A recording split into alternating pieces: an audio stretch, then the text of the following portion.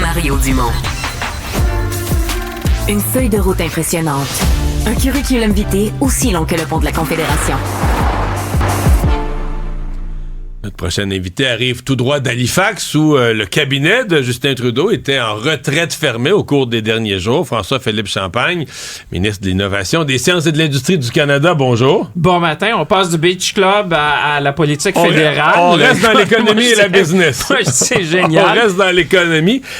Avant de parler, on va se parler de véhicules électriques chinois dans un instant, mais à Halifax, l'atmosphère, quand les sondages sont mauvais comme ça, c'était-tu la déprime, votre réunion? Non, d'abord, permettez-moi de dire, nouveau Morning Man, hein, c'est un plaisir d'être avec vous en studio, d'être dans la première semaine. Félicitations, ça fait plaisir aux Québécois et Québécoises. On vous voit à la télévision, on vous entendait à la radio, mais là, vous êtes sur la FM, vous êtes partout un peu. C'est une nouvelle affaire, une nouvelle aventure. C'est un peu le sentiment qu'on avait là-bas, c'est après un été qui a quand même été mouvementé, hein, soyons honnêtes, il y a un été mouvementé. Moi, je disais, il faut se ressaisir, certainement arriver avec des... Tu sais, ce que les gens veulent, fondamentalement, les gens veulent un gouvernement, veulent des gens qui sont des élus, qui se battent pour eux. Hein? On sait que la question du coût de la vie, ça demeure. L'épicerie, on a parlé de logement, on a fait des annonces sur l'immigration, hein, vous avez vu aussi. Dans le fond, l'idée, c'est que, moi, je pense, la meilleure chose, vous le savez en politique, c'est pas de se focaliser sur nous autres, mais plutôt sur ce que les gens ont besoin, ce que les gens veulent. Dans un moment où il y a quand même de la frustration, il y a de l'inquiétude. Écoutez, en l'espace de quelques mois, on a vu comment le monde change, hein, même au niveau des dernières années. Alors, moi, je suis là pour dire, écoutez, on va se battre pour vous, on va livrer, puis on va poser des actions. Puis l'affaire des véhicules électriques, vous avez vu, c'était un peu dans ce sens-là d'arriver et de dire, on prend des actions décisives. Puis vous restez à Ottawa, parce qu'il y a eu toutes ces rumeurs. Un choix difficile. Il pourrait venir comme chef du Parti libéral du Québec. Il y en a, j'en ai connu, là, qui rêvaient à vous comme chef du Parti libéral du Québec. Vous restez avec Justin Trudeau à Ottawa et vous allez être candidat à la prochaine élection dans le même comté? Ça a été... Permettez-moi de dire que c'est un choix difficile, parce que, comme je donc, disais... ça vous a tenté? Oui, parce que moi, je peux me faire une vision du Québec. Au niveau économique, on fait rentrer le Québec dans l'automobile, on a amené Moderna, donc toute la biofabrication, on a parlé même d'un corridor de semi-conducteurs avec les Américains d'Albany à Bromont. Au niveau social... C'est pas compliqué. Le Québec est toujours en avance. Les garderies, les médicaments. À l'international, moi, j'étais ministre des Affaires étrangères.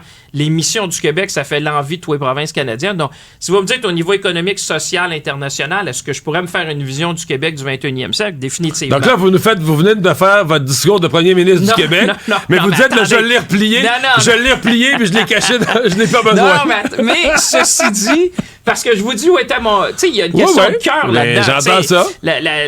Quand on veut servir, ça commence d'abord par les tripes, ça commence par le cœur. Alors, est-ce que je peux me faire une vision définitivement? Maintenant, tu dis, écoute, là, il faut loger une antenne. On peut pas être à 2 antennes.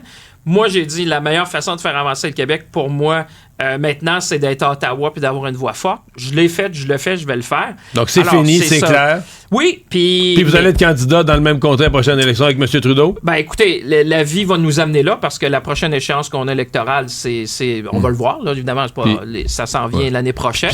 Mais il y a beaucoup de choses à livrer. Puis si jamais M. Trudeau s'en va, s'il quitte...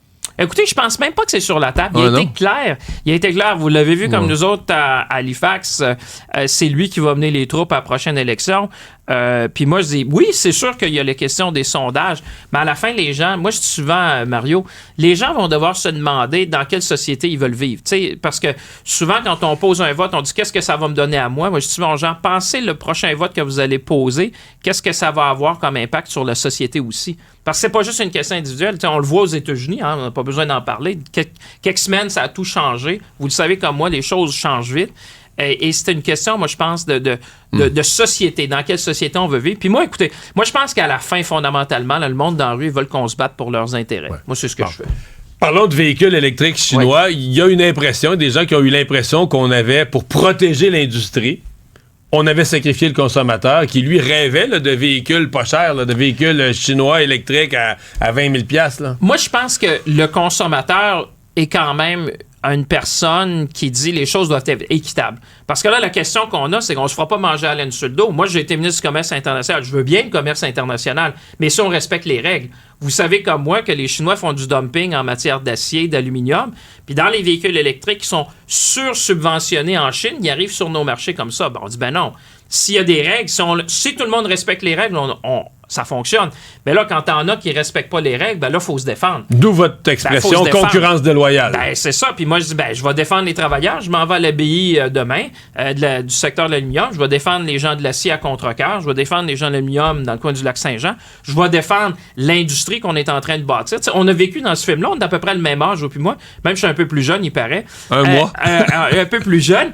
Tu sais, j'ai dit, on vient de bâtir toute une filière batterie aussi. Si les gens ont un choix, je pense qu'ils vont préférer avoir un véhicule qui est fait avec des normes environnementales, parce que les gens ont ça à cœur, des standards aussi au niveau Sauf du que les véhicules travail. électriques sont vraiment chers chez nous, mais Oui, vraiment très chers. Les gens rêvent d'en avoir une Quand les gens ont commencé à avoir des véhicules chinois pourraient nous arriver, les gammes de prix, oups, là, ça... Oui, mais à quel coût? Parce qu'il faut penser à ça. Il faut penser que les Chinois, quand ils ont fait ça sur un arc de 30 ans. T'sais, les minéraux critiques qu'ils ont ramenés, le raffinage. Alors, moi, je dis concurrence déloyale, on se fera pas manger à laine sur le dos, on va mettre ça équitable pour tout le monde, puis après ça, il y aura de la compétition. Je suis d'accord avec vous que l'enjeu qu'on a, c'est pour ça que c'est bien d'avoir comme Nordvolt chez nous au Québec, l'enjeu qu'on a tout le monde, c'est de faire baisser le prix des batteries.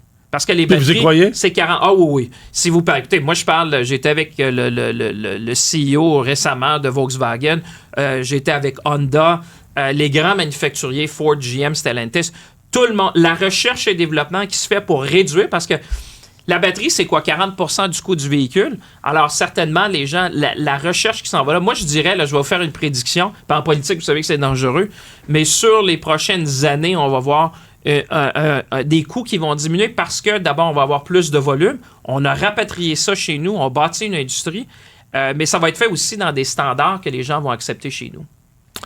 François-Philippe Champagne, merci d'être venu nous voir. Toujours un plaisir et vous avez des beaux studios, alors on va revenir. Merci. Au revoir.